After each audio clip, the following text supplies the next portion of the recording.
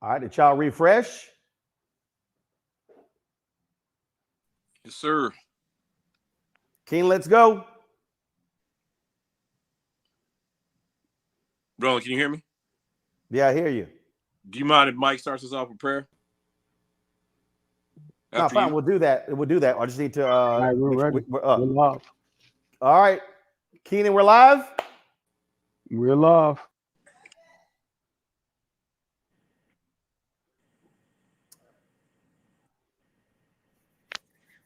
All right, folks, we are back for the second hour of Roland Martin Unfiltered, the Black Star Network. We also are live with our Win with Black Men call. We've got some great guests lined up. We're going to kick this thing off with prayer with my alpha brother, Mike Blake with Kairos. Mike, go ahead and get us started. Father God, we come to you at this hour to say thank you. Thank you for allowing us to be here once again. Thank you for the ability to be in your space. As we celebrate this anniversary on the March on Washington for Jobs and Freedom, let us recognize that our job is not done. Let us recognize that our pursuit for freedom is not done. So for us as Black men, we have more work to do, and we're excited to do that work in the legacy of Dr. King to Dr. Durley, in the legacy of a Gilchrist and a Davis, and the legacy of a Wes Moore and Andre Dickens. Whoever the name may be, we say thank you. We thank you for those that have come together, for all that are here, from Women with Black Men and Collective, for Black Star Network, for Kairos. It is our moment. It is our time to step up and to lead once more. So we just ask for you to watch over, guide us, and protect us this day and every day. We ask this in your name. Amen. All right, then, Reverend Dr. Mike Blake, we appreciate that. Thank you so very much. Folks, we've got some great guests lined up, including Lieutenant Governor of Michigan, Garland Gilchrist, Lieutenant Governor of Pennsylvania, Austin Davis, and also Congressman Stephen Horsford, chair of Nevada, chair of the Congressional Black Caucus, who's also been named today co-chair of the Harris-Walz presidential campaign. Of course, this is our Win with Black Men call. We've had a couple others before. But of course, we've been making this thing happen. I want to bring in right now Khalil Thompson, the executive director of Women with Black Men. Khalil. Roland, so good to see you. So good Yes, to sir. see you. How are you, sir? Great. I know, just wanted to send some prayers over to you. I know it's been an interesting week. So you're in our thoughts and prayers, brother. Want to start this call off by letting everybody know this is a monumentous occasion in history. Today, on August 28, 1963, was the March on Washington. We are all here gathered on this call tonight because we believe in the power of our voice and our vote. We know that this is a performance review for all of those who are running to be elected officials. But even more so, we believe we have the greatest and best candidate in Kamala Harris to be our next president of these United States. Tonight, we're going to hear, as our host and moderator, Roland Martin, said, some dynamic speakers from Lieutenant Governor Garland Gilchrist, Lieutenant Governor Austin Davis of Pennsylvania, and Gilchrist from Michigan. I know we have Jevian Hodge and CBC Chairman Congressman Horsford's going to be on shortly. Again, just excited for everyone to be here, but want them to be on the lookout. Today, we sent our resource email out, the top 5 things that you should know about Kamala Harris and the Walz campaign. We're going to be hearing from voter protection from that campaign and what we need to do to protect our vote going into this election cycle. But again, I'm really excited for all to be here. My team member, Mike McQuarrie on Women with Black Men, is going to take this conversation over for the rest of the night. But excited with my co-hosts, Michael Blake, Quentin James, Bakari Sellers, and Roland Martin to be in this work with each and every one of you.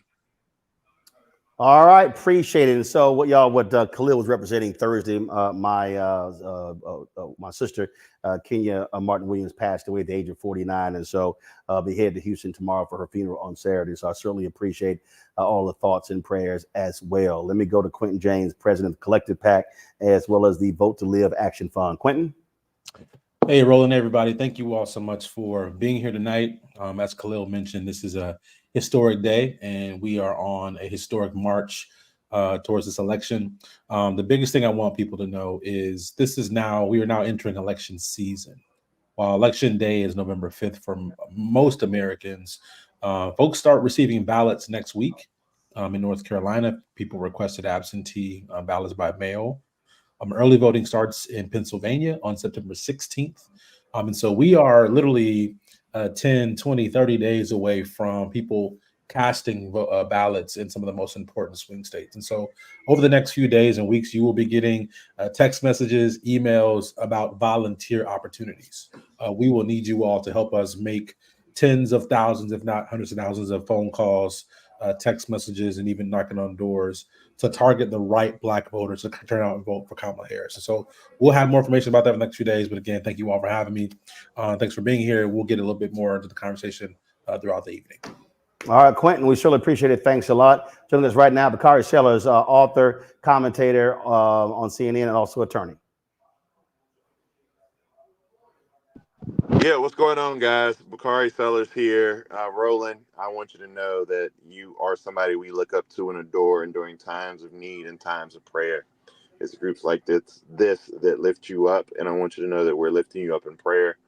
I love you. I love your family, and I hope that you can feel my prayers probably won't make it all the way up, and so I'm going to have the twins pray for you tonight, so I make sure that we get through at least. I appreciate it.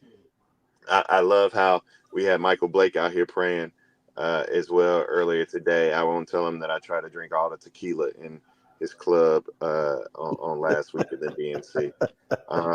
But look, guys, the rubber's meeting the road right now. These calls have gone from, kind of kumbaya, this is our candidate, let's mobilize, let me tell you the reasons why, to activation. There are action items we must take. We must realize the deadlines to register people to vote.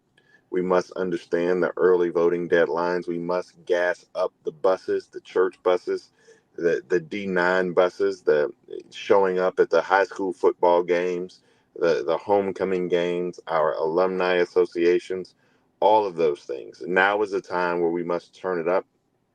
I can tell you that I do believe that the Vice President of the United States is keenly aware of these calls and hopefully will be joining us in the near future. But regardless of what is happening on the campaign, we must continue to lift. I'll share one little nugget with you.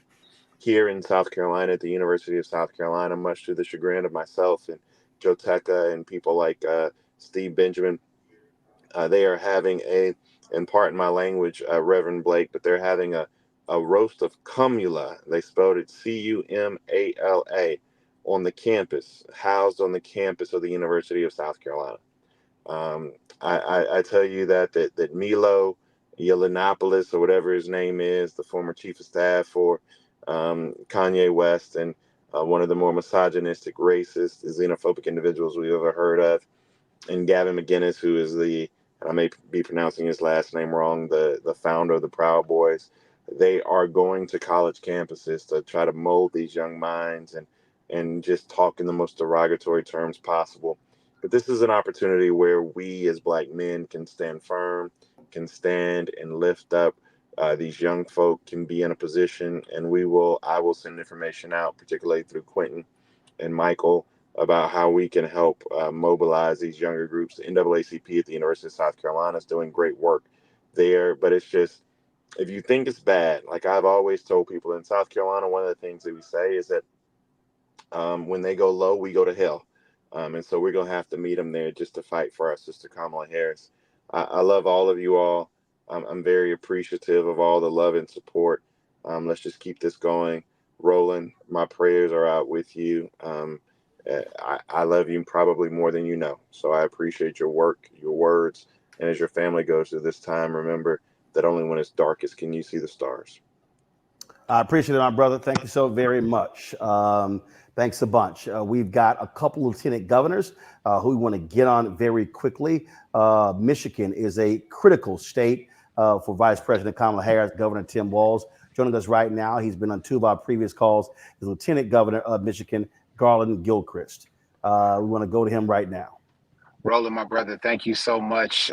Thank you to Bakari, to Quentin, to Michael, to everybody who came together to host this, Blake. Thank y'all so much for the leadership you showed, for bringing Black men together for this important movement at this important moment in our present and in our history and in our future.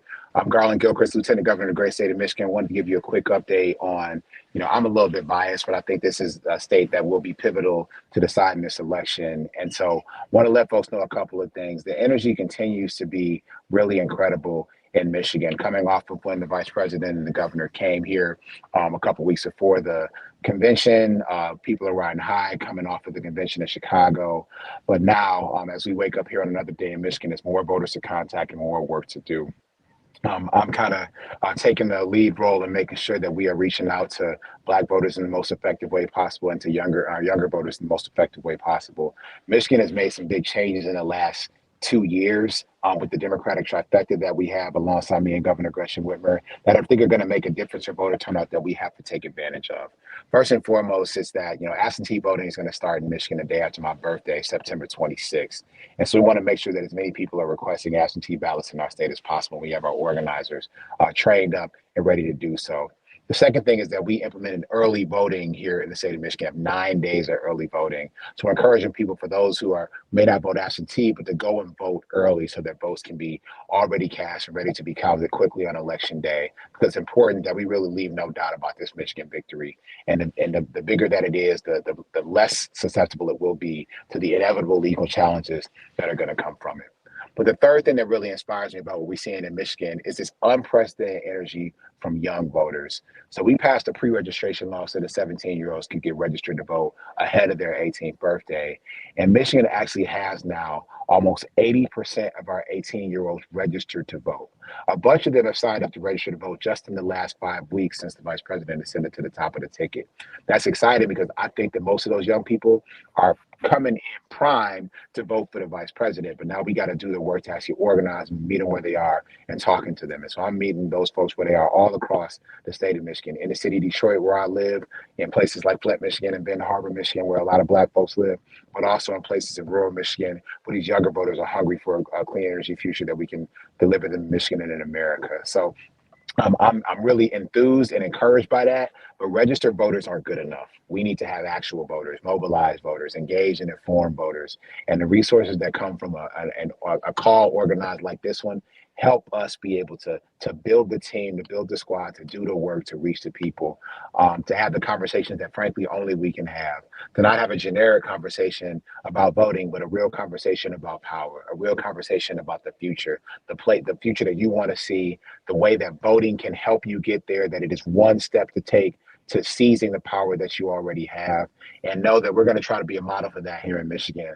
I'm hoping that as many people as possible on this call actually make it their business to come see me in Michigan so we can organize, mobilize, and energize more and more people.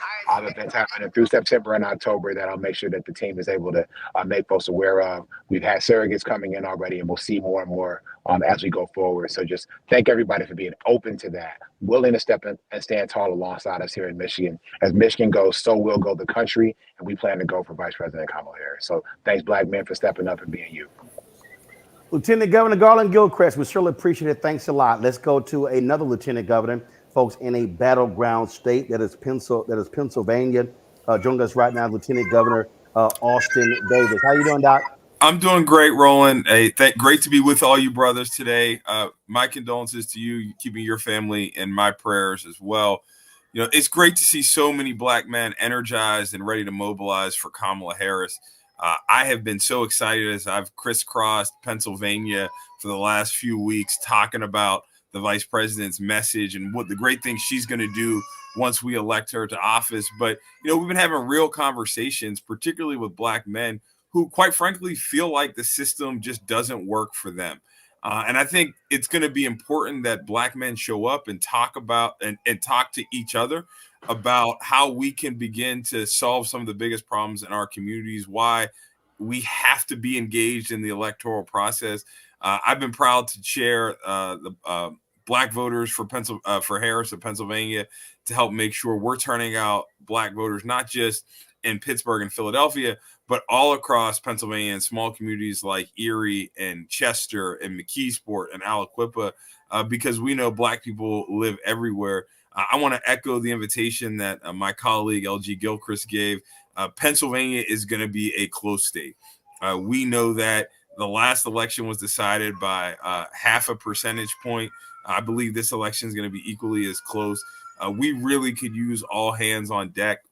I've been so excited to see the energy on the ground here in Pennsylvania since Kamala Harris ascended to the top of the ticket. We've had over 40,000 people signed up to register with the Democratic Party, sign up to volunteer with the Democratic Party in this election. So we are super excited to see the energy on the ground, but we need to translate that into doors. So if folks want to come to Pennsylvania, I want to meet you. I want to campaign with you. I want you to engage with us because as Pennsylvania and Michigan goes, the country is going to go. And it's so critical to make sure that we use every power in our resource to elect Kamala Harris.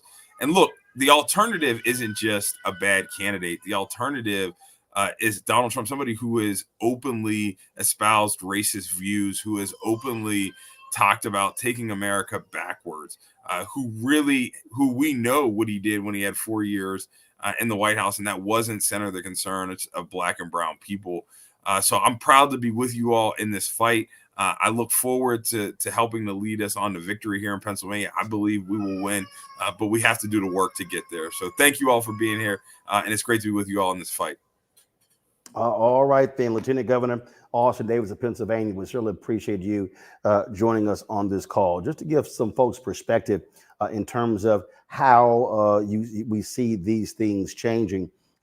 Polling data comes out all the time, and let me be real clear. When you look at this polling data, and we keep saying this over and over and over again, don't just get focused on polling data.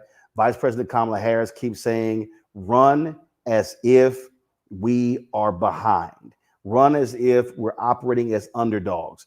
Fox News polling comes out, shows her up 2 points in Georgia, 2 points in Nevada, Arizona, showing down in North Carolina.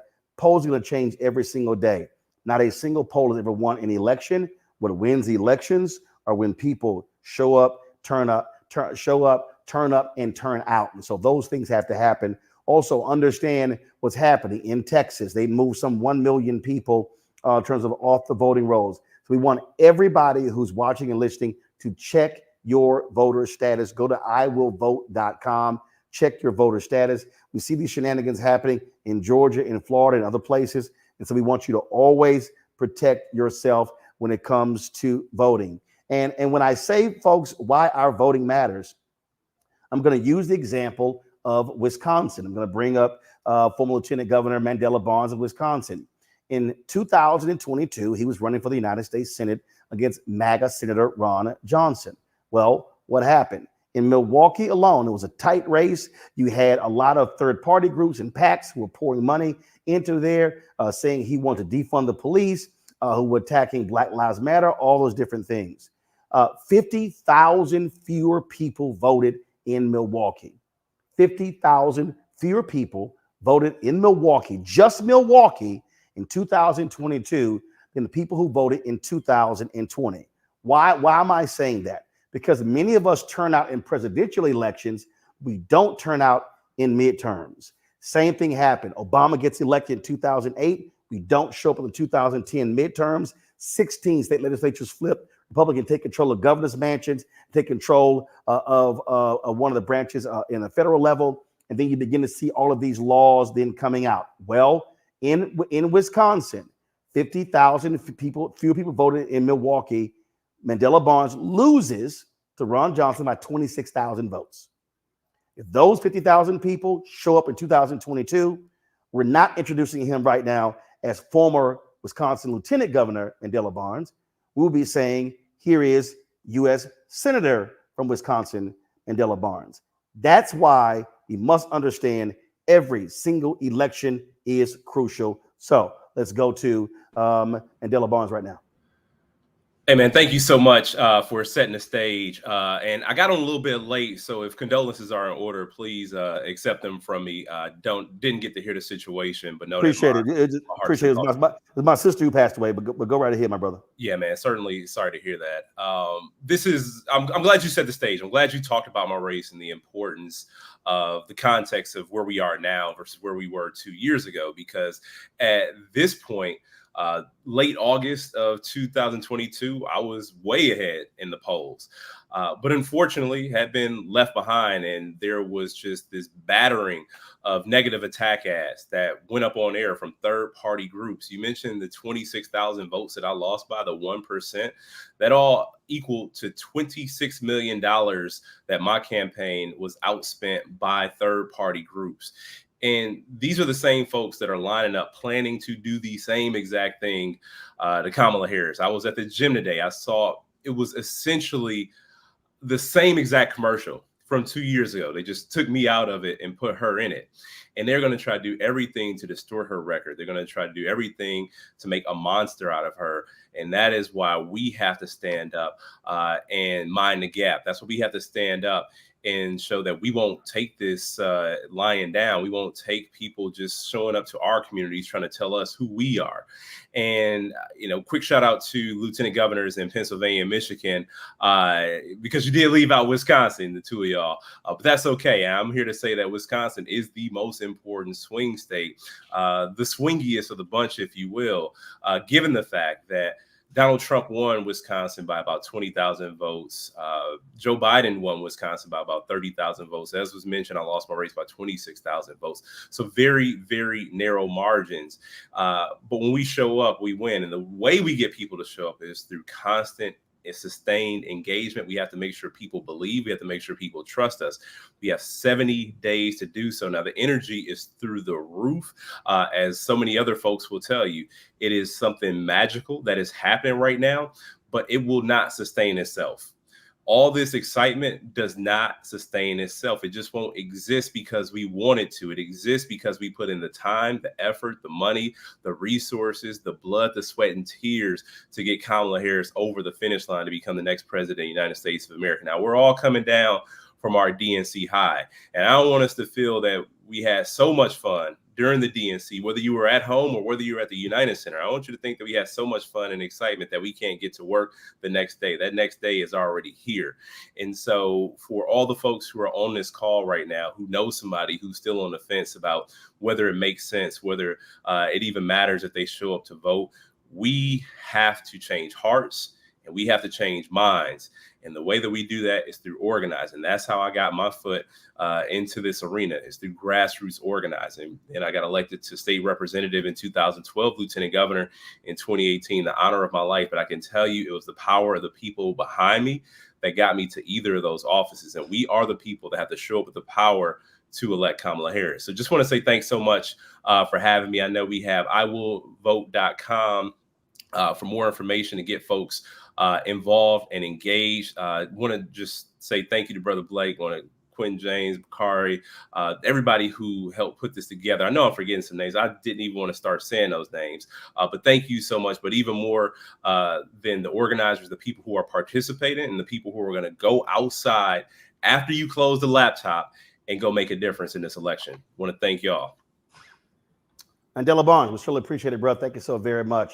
Folks, I told you a little bit earlier in terms of the latest polling. Fox News poll shows in Arizona, 50-49, Harris over Trump. Georgia, 50-48, Harris over Trump. Nevada, 50-48, Harris over Trump. North Carolina, Trump, 50-49 over Harris. Now, when you look at those Senate races, you see much wider margins. And so you see literally 8 to 10 to 15 points for the Democratic senators running in those states compared to the presidential race. And so the reason why that's important, the United States Senate is crucial because if Democrats hold onto the United States Senate, that's how they'll be able to confirm federal judges. 200 federal judges have been confirmed under Biden-Harris. 58 of those federal judges are African-American, 37 Black women, 21 Black men. More Black female appellate judges have been appointed and confirmed by Biden-Harris and by the Democratic Senate than all previous presidents combined. When you see what's going on today, the Supreme Court made a decision regarding a Biden student loan program. When you look at a federal judge making a ruling when it comes to the abortion pill, when you look at a federal judge making another rule, making multiple rulings regarding various Biden policies, we have to understand federal judges are crucially important. The Congressional Black Caucus has been pushing hard for Senator Dick Durbin to move on those federal judges, but also on those U.S. Marshals, those U.S. attorneys that have been appointed. And Congressman Stephen Horsford of Nevada, who chairs the Congressional Black Caucus, has been very outspoken about that. He's bringing him up right now. He also has just been named co-chair of the national campaign, Harris for Walls. And Congressman Horsford, to that particular point, again, just underscore for people who don't understand the connecting of the dots in politics, why when you talk about winning and victors goes, the spoils go to the victor, why we must understand that holding the Senate is crucial, because when you have U.S. attorneys, they're prosecuting under Biden, Harris, and Kristen Clark in the Department of Justice these hate crime cases. They're prosecuting redlining cases. They're putting these cops and these jail wardens and corrections officers in prison for heinous acts against folk. And so we can't just be so locked in the presidential race. We got to realize those U.S. Senate races are just as important. Well, good evening. It's great to be with you, Brother Martin. It's good to see you, Brother Blake, and all the organizers, and to the brothers that are on tonight.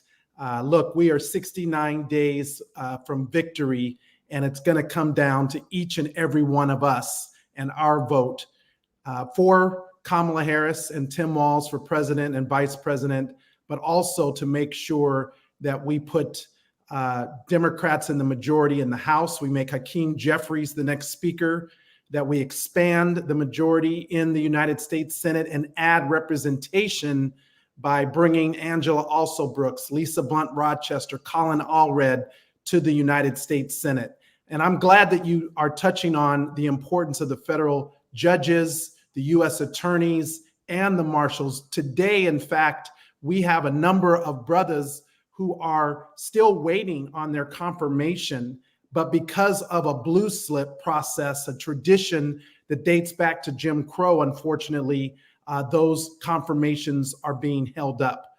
We know federal judges and how important those are, but those are lifetime appointments. U.S. attorney and federal marshals serve at the pleasure of the president and only during the term of the president. I'm proud to have been named today, in fact, as a national co-chair for the Harris-Walz campaign. And it's not about me, but it's about the fact that we need to have a seat at the table when we're talking about issues that are important to the Black community and to Black men specifically. As chair of the Congressional Black Caucus, we have been working throughout this Congress to develop our own agenda around Black wealth and economic prosperity. I'm proud that we've joined forces with Vice President Kamala Harris in order to make this a centerpiece of her campaign. And the fact that she's already announced a number of the provisions of her economic plan that speak directly to lifting up Black communities, as it will lift up all communities. By building 3 million more homes in America, bringing down the cost of rent and making housing more affordable, something that is really important to Black men as we provide for ourselves and our families. Making sure that we pass a new child tax credit and increase it to $6,000 per child for families with young children. That is something that is incredibly important, because under the Biden-Harris administration, when Democrats were in control, we lifted 50% of Black children out of poverty through that child tax credit. Those $300 a month checks per child, that was Biden-Harris and Democrats in Congress. And under Kamala Harris, she has already proposed to increase that to $6,000 per child for young children. Also, her focus on entrepreneurship and making sure that we protect the tools of opportunity, particularly for business owners who are trying to grow their business by pursuing more contracts, by getting more access to capital at a time when Trump's Project 2025 would defund the Minority Business Development Administration, defund programs under the SBA, defund venture capital firms like the Fearless Fund. Kamala Harris and Tim Walz are committed to expanding those tools of opportunity and making sure that we have access to capital and contracts both in the private and the public sector. So I know we have more work to do, but we have to get across this finish line this November. I am one of 4 what we call frontline members in the Congressional Black Caucus. It's me, Don Davis, from North Carolina, Amelia Sykes from Ohio, and Johanna Hayes from Connecticut. We also have 4 additional what we call red to blue candidates: Janelle Bynum out in Oregon, Shamari Figures in Alabama, and of course, Mondaire Jones in New York. These are opportunities for us to win what are currently red districts, turning them blue, making the majority in the House, which will mean Hakeem Jeffries becomes the next speaker, the first Black Speaker of the House of Representatives, and we return 5 CBC members to full committee chairs over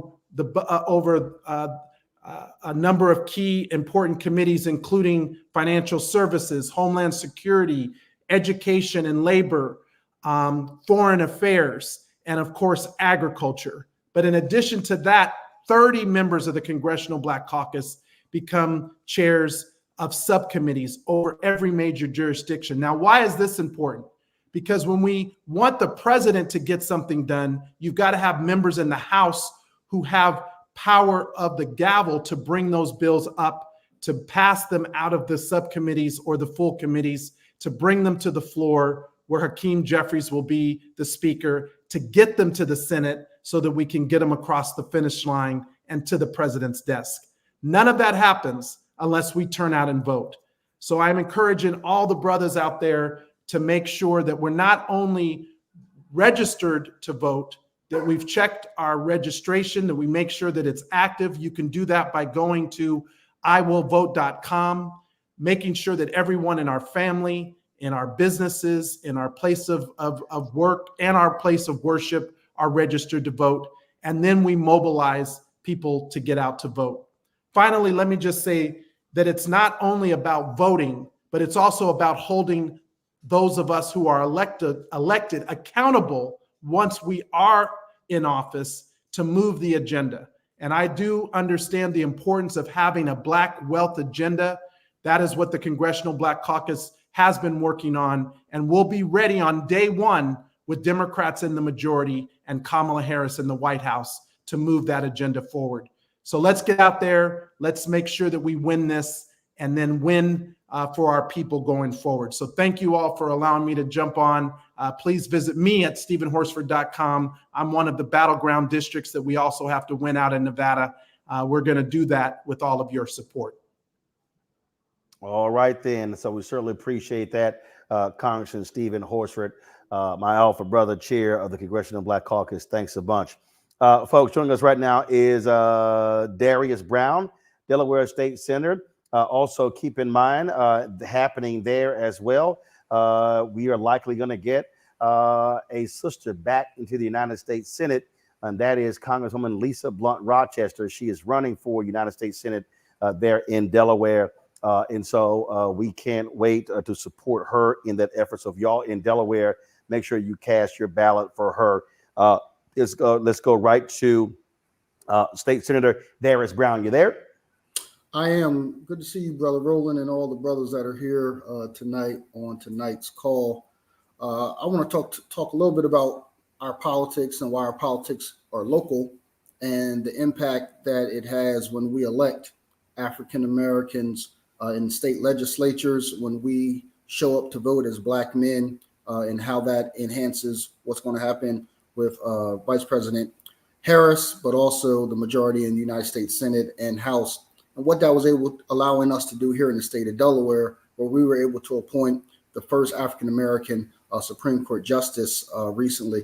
We were also able to add more African-Americans to the Delaware judiciary. We're able to adopt adult expungement, which was not legislation here in the state, and working with our Congresswoman Lisa Blunt Rochester, replicating her clean slate bill for automatic expungement in Congress here in the state of Delaware, where over 200,000 Delawareans now have had their records automatically expunged. We've been able to invest and build the first new public school in the city of Wilmington, an $86 million investment because of federal funds and how they've been able to be brought to the state of Delaware, and we're driving to improve public education. So for the brothers that are on this call, as we are going to make sure that we show up in November and vote for Vice President Harris, we're going to show up and make sure that we can get that Senate majority here in Delaware by electing our Congresswoman Lisa Blunt Rochester to the United States Senate. We want to make sure that we also increase Democratic representation in the House of Representatives so that Brother Hakeem Jeffries can be the Speaker of the House. But locally also, when we show up to vote, it is the trickle-down effect. It is the effect of not only those that are going to be elected at the national level, but for a brother like myself, who's the only African-American man that serves in the Delaware State Senate. It's about electing more African-Americans to the state legislature and how we're able to invest and improve our communities because of that. So whether it's in our barbershop or in our churches or in our Masonic halls, or even within our neighborhoods, at our neighborhood bars or clubs, to engage our friends, particularly African-American men, around registering to vote, about getting active and participating in this election process and showing up to vote in November and throughout this early voting, absentee voting process that exists in many states.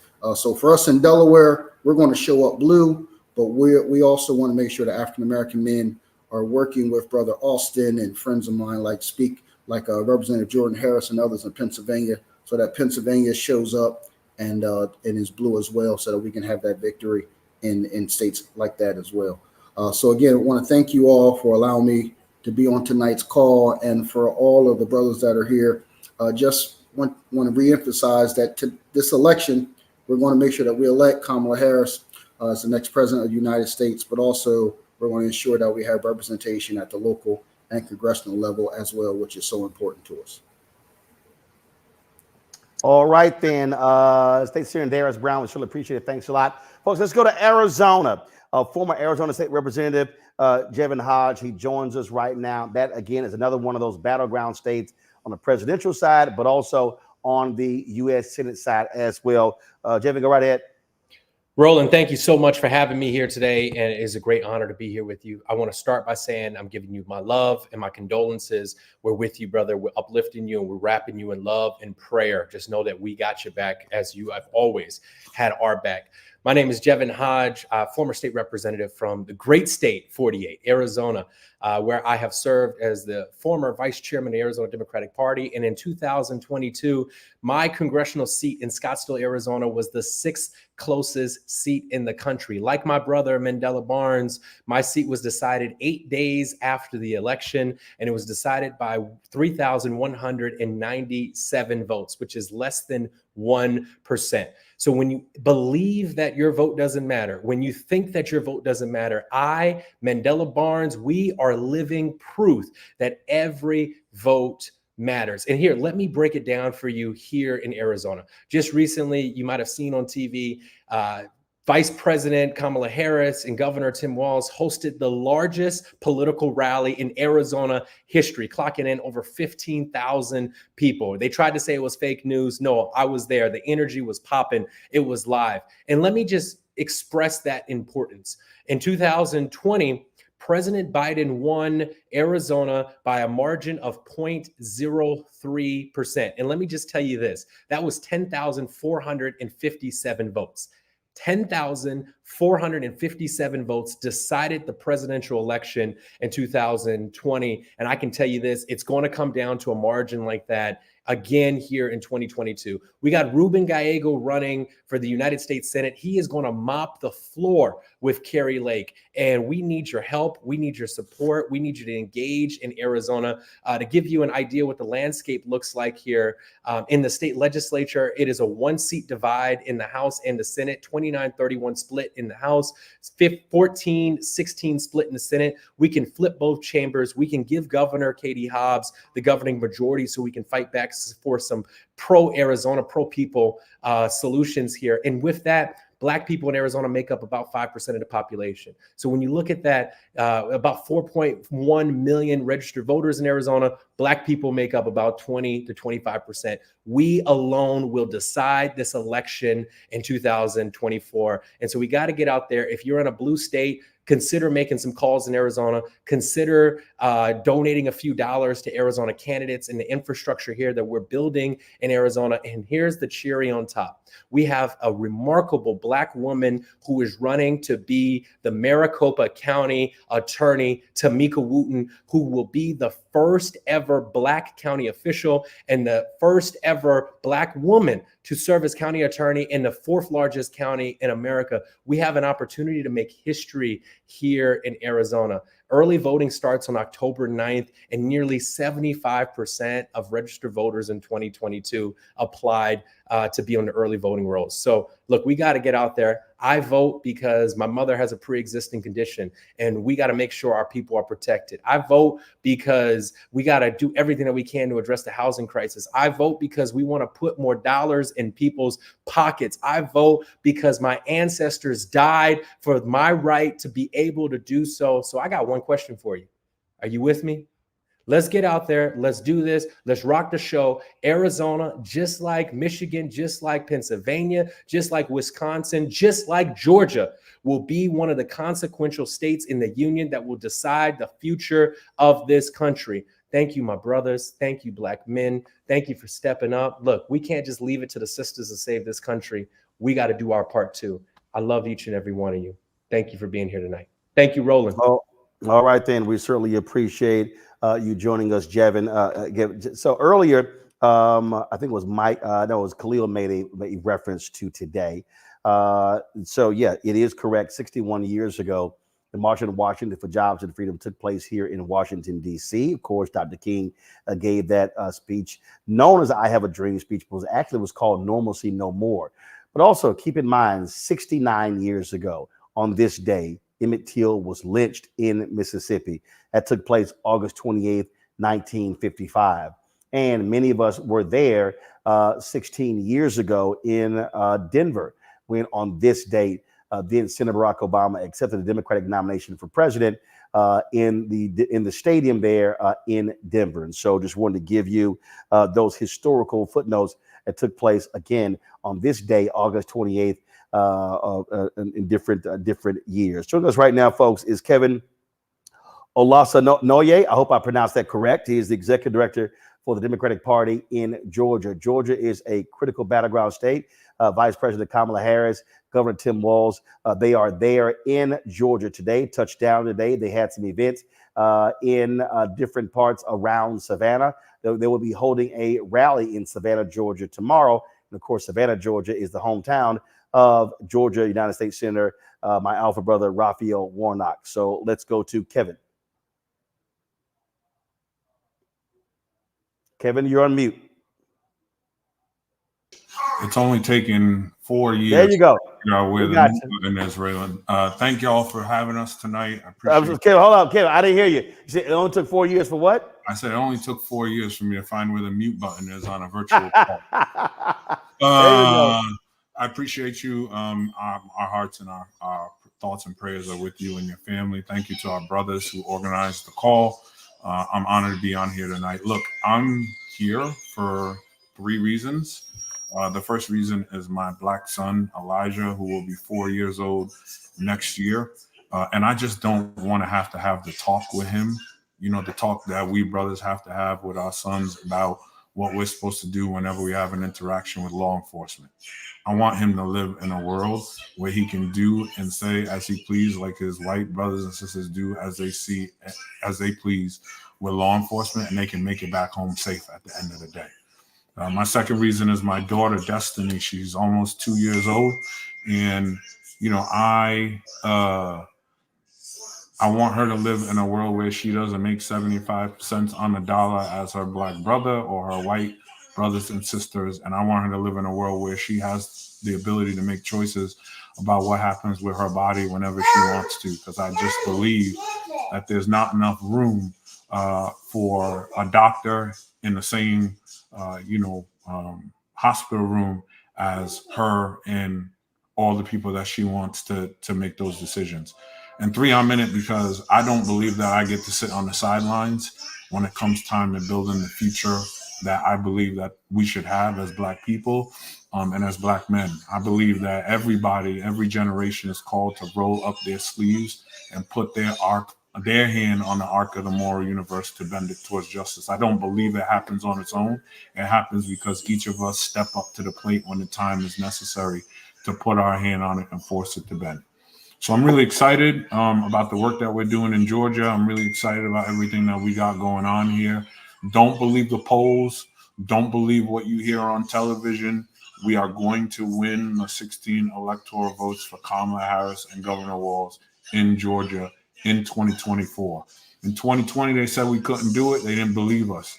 In 2022, they said it was a fluke. We weren't going to be able to get it done. And time again, we have shown in Georgia, we set the trends. We did it even at the convention, right? We broke the roll call. We broke the internet. It's broken forever. It'll never be the same again. That's Georgia. That's how we do it. That's how we believe we're going to have to do it. We think big, we dream big, but we also put in the work. There are 175 people on the ground here doing work in Georgia. There are 25 offices happening open all over the state of Georgia. We are doing the work to do two things. First, we're going to organize ourselves into a victory.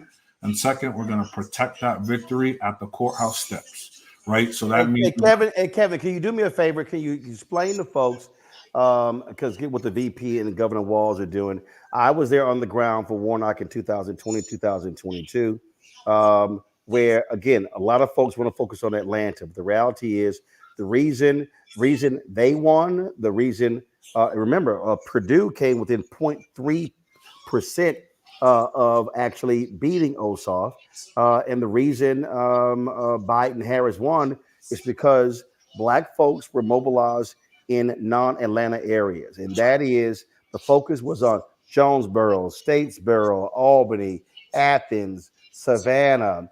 And so what I need people to understand is we don't need everybody and their mama organizing in Atlanta. That's needed. We need maximum turnout in the Atlanta metro area.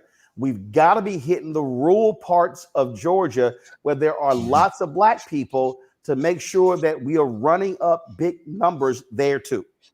Yeah, Roland, I think the plan here in Georgia is three approaches, right?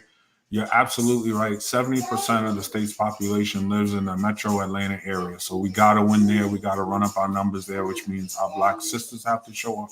But yes, our Black brothers have to show up too. And at the Democratic Party of Georgia, I learned this from my brother, Quentin James. We don't call them low propensity voters. I don't believe in that. We call them low investment voters.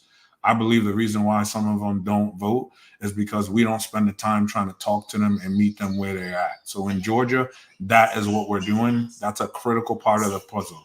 I also believe there is a very small sliver, if you can believe this, Roland, of the population of the electorate that is legitimately on the fence on this election. They either don't know Kamala Harris and her record, or they know Donald Trump and they think that because he sent them a stimulus check in 2020, that everything was all good on his watch. And we got to talk to those people and remind them what it was like to live in Donald Trump's America in 2019 and 2020, right? America fired this guy for a reason, and we're gonna have to remind those folks why we did that. But then absolutely, Roland, I'm calling it the 5% plan, and that's everywhere outside of Metro Atlanta.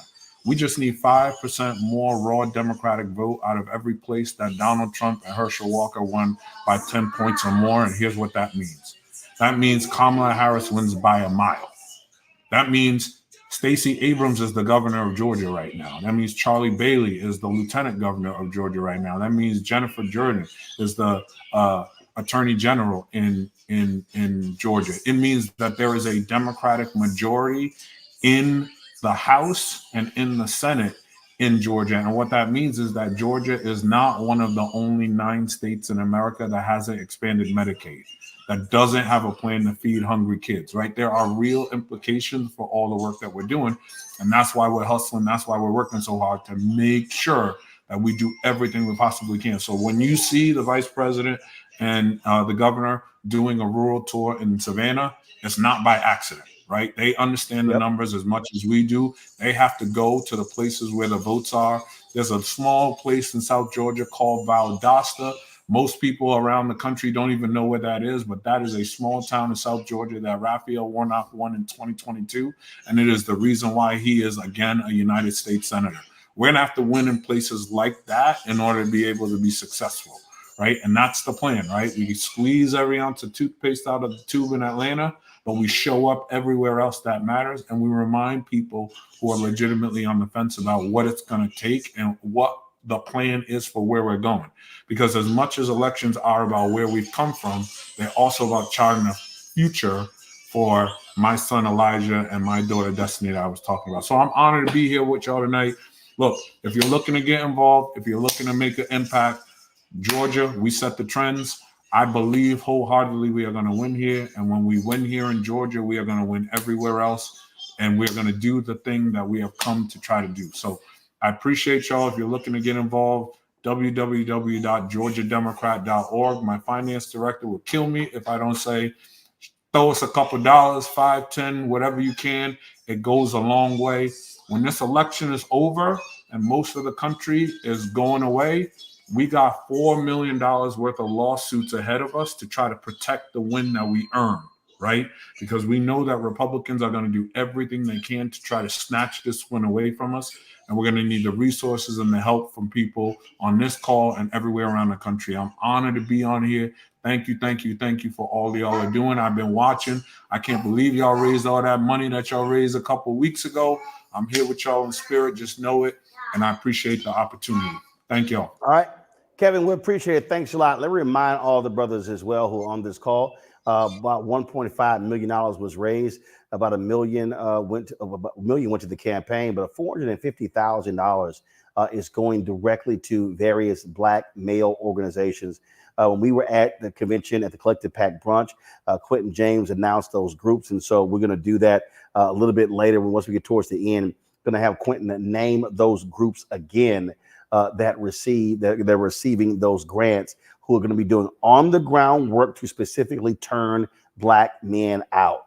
Folks, a little bit earlier on Roland Martin Unfiltered, I talked to rapper Yellow Pain, who in 2020 did a video called "My Vote Don't Count," and he said that he was one of those folks who didn't understand how voting was connected, not just where everything is not just the presidential race, but all going from the top to bottom, bottom to top.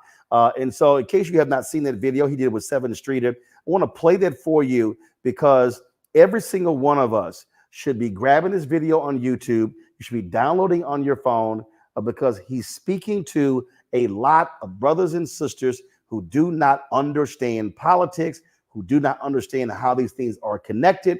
So, Keenan, roll it.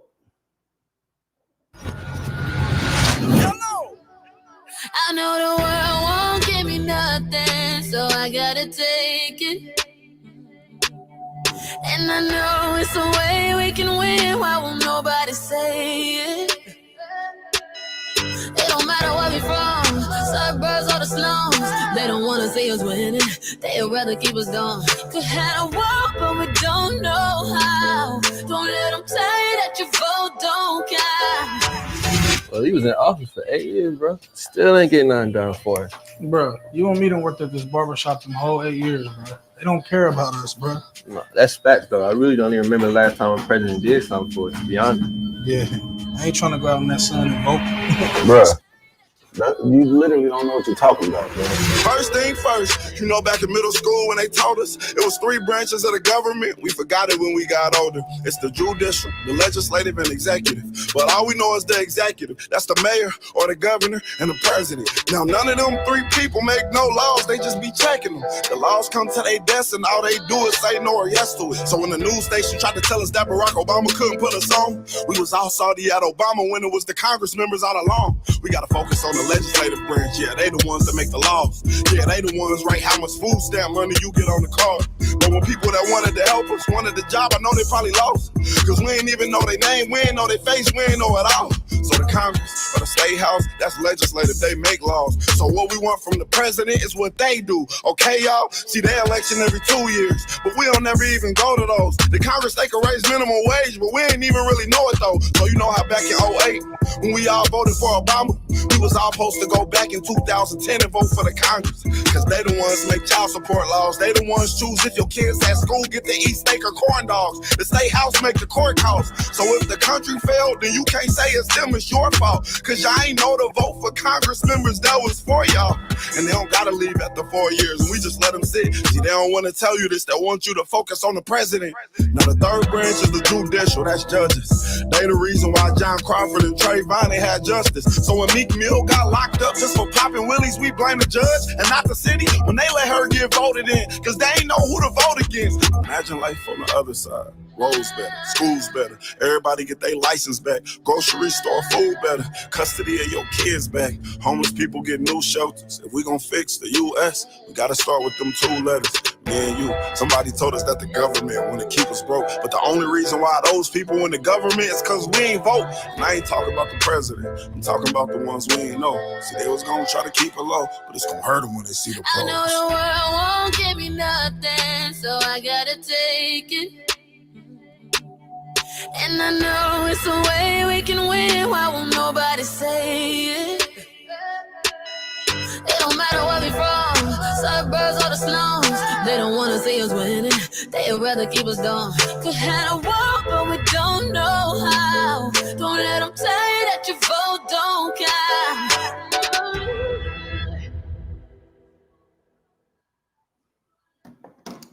Again, folks, that's important because we need to be messaging to as many people as possible how these dots are connected, because come November, there are numerous races on the ballot: presidential, U.S. Senate, U.S. House, gubernatorial, state rep, state senators, county commissioners, district attorneys, state school board of education, local school boards, city council, DAs, district judges. I mean, you name it. And so all of those things are important. Folks, let's go to Meredith Horton. She's the National Director of Voter Protection for the Harris-Walz campaign. How did a woman sneak on this call? Hey, Meredith, how you? Don't tell. Well, thank you for the invite, Roland, Michael, Khalil. I am, in fact, honored to be on this call for a number of reasons. One, I am the woman who snuck onto the call. And two, of course, it is always wonderful to be in the company of engaged, energized Black men.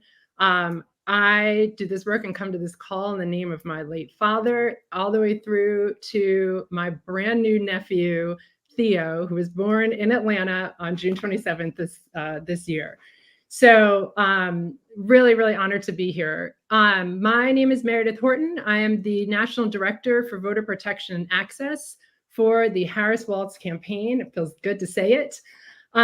Here in headquarters, we can all feel the energy of this moment, of supporters like you all, of volunteers, hopefully like you all as well, who are really powering this campaign. Last week during convention, it was the biggest organizing week of the campaign. We had volunteers sign up for nearly 200,000 new shifts. That is awesome and powerful. And we really must keep that momentum going because voting season is here.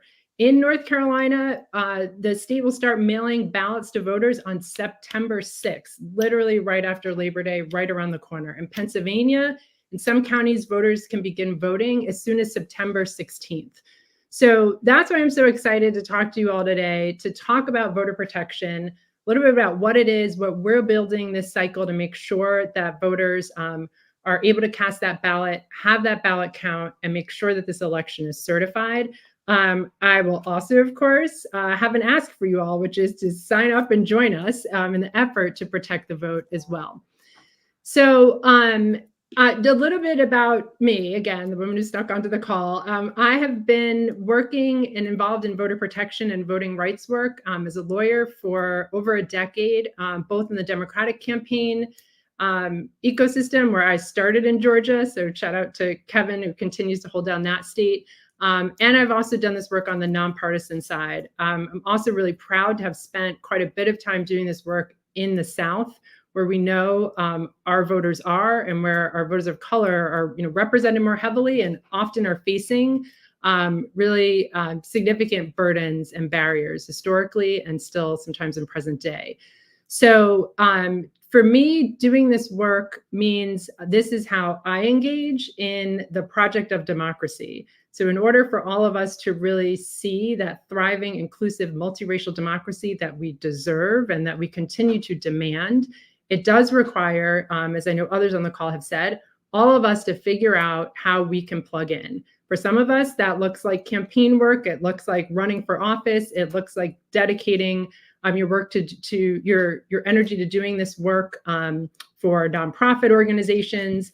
And it also is just as important to plug in to democracy by going and casting that ballot, making sure your neighbors and family members have checked their registration and know how to register. All of that counts. All of that is really important. And we're excited to find places for all of you to plug in to the campaign. So just to talk a little bit about our candidate and our ticket, which we are very excited about. So we know that Vice President Kamala Harris and Governor Tim Walz are fighting for the people, for our freedoms, for our future. We've also seen that Donald Trump is only fighting for himself. So this is why it's so important and exciting to support this ticket. We are committed to strengthening our democracy and protecting our freedoms. Vice President Harris told us last week at convention that when we elect her and Governor Walz, we will finally have the opportunity to pass the John Lewis Voting Rights Act and the Freedom to Vote Act, kind of critical pieces of legislation to continue to safeguard our right to vote. We know that as senator, she introduced the Vote Safe Act, which aimed to expand early in-person voting, no excuse, mail-in voting, and drop boxes across the country, all things that make it easier for folks to cast a ballot and have that ballot count. And under the Biden-Harris administration, we saw the DOJ double its number of voting rights attorneys and enforcement staff. So they are prepared, again, to make sure that we are protecting the right to vote and being aggressive about it. So as I said at the top, in voter protection, our central job is really to make sure that every eligible voter who wants to cast a ballot can do so and have that ballot count, and make sure that those elections are certified. So I'm going to talk a little bit about what we're building to do that. So right now, we've got over 100 staff in 12 states, and that will continue to grow as we get closer and closer to Election Day. So we are standing up or have stood up teams in Arizona, in Nevada, Michigan, Minnesota, Wisconsin, New Hampshire, Pennsylvania, Georgia, Florida, Virginia, North Carolina, and Maine so far. And this team is complemented by a really strong legal program that has been developing expertise on the laws and legal landscape in our top battleground states since last fall. So we work hand in hand together to monitor issues and barriers to voters as they arise, and make sure that we're using tools like litigation and going to the courthouse when necessary in order to protect that right to vote. And the legal team has been involved in nearly 24 lawsuits across the country so far aimed at protecting voters. So my staff will be working over the next 60 plus days to counter all the attacks on voting rights and to shore up our election system so that they work for our voters. And there's three main elements of our program. So one, expanding access to the ballot, two, protecting elections, and three, educating voters. So when we talk about expanding access, we are working hard and have been since well before this moment here, since earlier this year, to remove barriers to the ballot box and to proactively look for opportunities to expand access to voting. So we are true advocates in voter protection. We do this building on the work of previous cycles. We recognize that by and large, voters now do have more ways to cast a ballot than ever, a lot of which is due to changes implemented during 2020 in the pandemic, such as expanded vote by mail. And so while we've seen expansions, we have, of course, also seen states that are trying to roll back some of that access. And so we've been tracking this and are on the case. To give you a few examples, in Georgia, for months, MAGA Republican members of the state election board have been laying the groundwork to try to block certification of the 2024 election if Donald Trump loses. Just another effort to try to steal the Georgia election like Trump tried to do in 2020. We are taking proactive steps to stop them and protect the integrity of our elections. So, for example, just this week, the DNC, the Georgia Democratic Party, and the campaign all sued the state election board in Georgia to prevent them from upending the mandatory certification of election process that Georgia law requires. And they tried to do this just weeks before voting begins. But no, again, we are on the case, taking them to court to prevent that from happening so that when you cast that ballot and we get through election day, that those elections are all certified as they are legally required to be. In North Carolina, we know that early voting is really popular, particularly among communities of color. We have been advocating for early voting sites for months, to making sure that there are locations that are accessible to all voters. We continue to follow up that those locations, to make sure those locations are not eliminated as we get closer in time to voting. In Nevada, we are working with voters whose mail ballots have been rejected in the past for mismatched signatures. So sometimes when the signature on your ballot doesn't match the signature on file with the elections office, your ballot ends up rejected. We've been working directly with voters to update their signatures so their ballots are less likely to be rejected this fall. And in Michigan, another example, we are advocating for more satellite clerk's offices with the hope that additional locations can help eliminate long lines that college students and others tend to face historically in that state. And those are concerns that we are addressing similarly in other states as well where they're arising. So that expanding access piece, again, has been going on since early this year, and we'll continue that work and that advocacy work right up until the end of the election.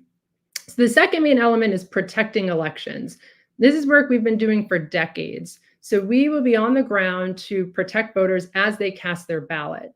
This is the real part of the program where we mobilize thousands and thousands of volunteers across the country. And I'm hoping many of you sign up to join our programs in our battleground states. This is a poll monitoring program in part and a hotline program. Our poll monitoring program puts individuals just like you all out in polling places across the country. So we make sure that you are trained, that you are supported by resources both in hand and back in boiler rooms and campaign offices. But those poll monitors really become our eyes and ears on the ground to ensure that voting is safe and fair.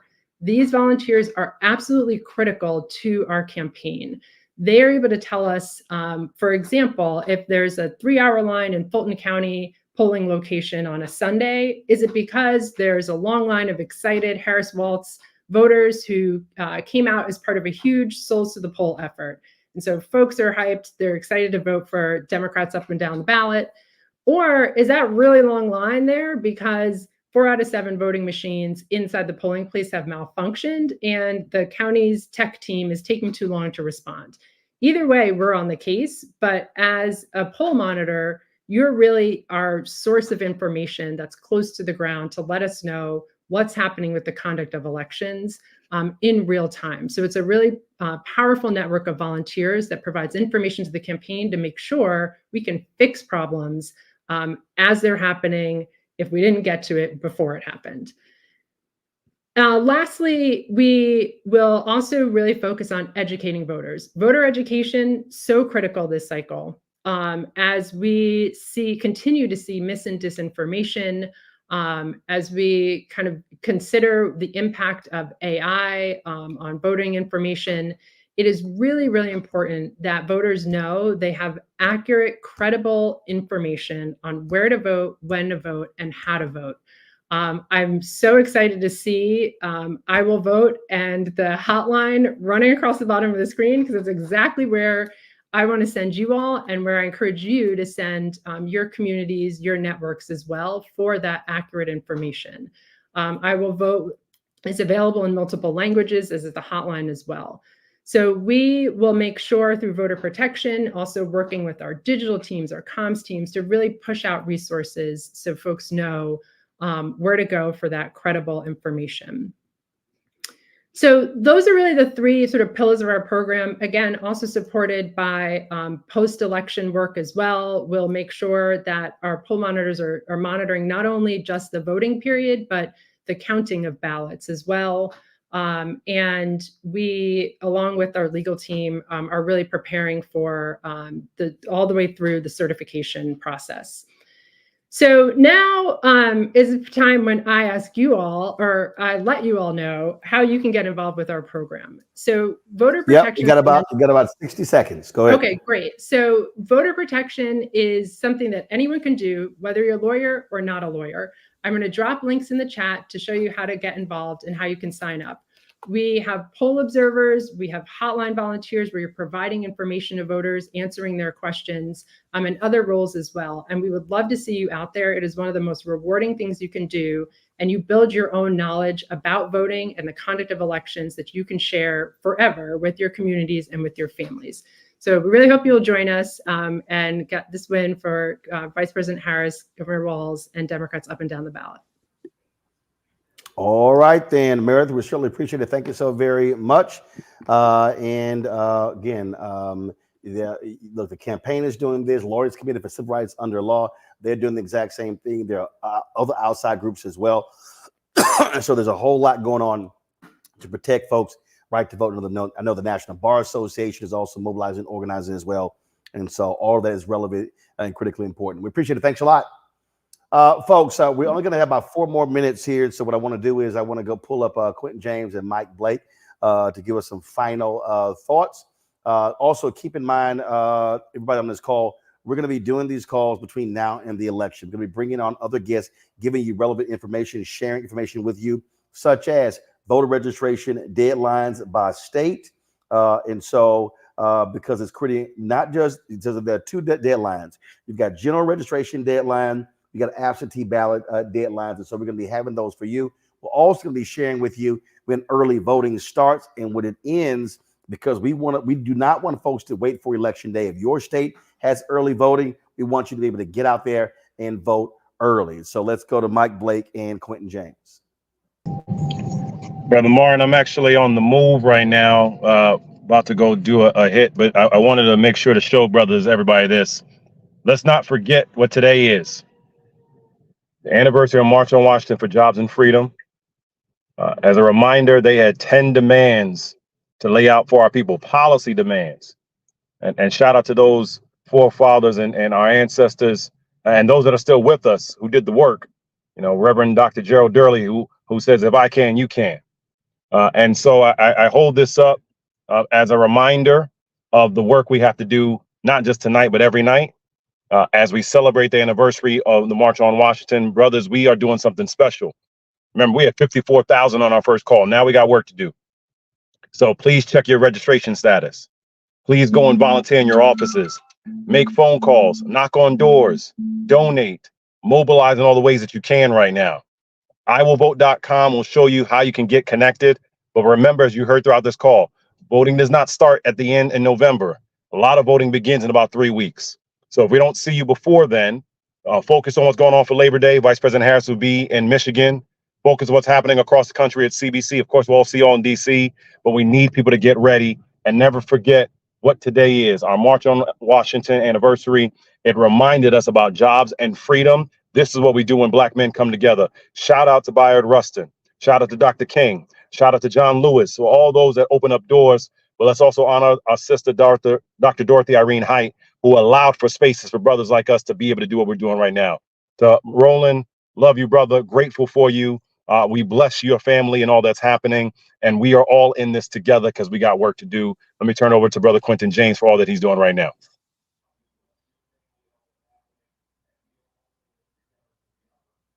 Mike Blake, thanks a lot. Be safe. Quentin James with Collective Pack.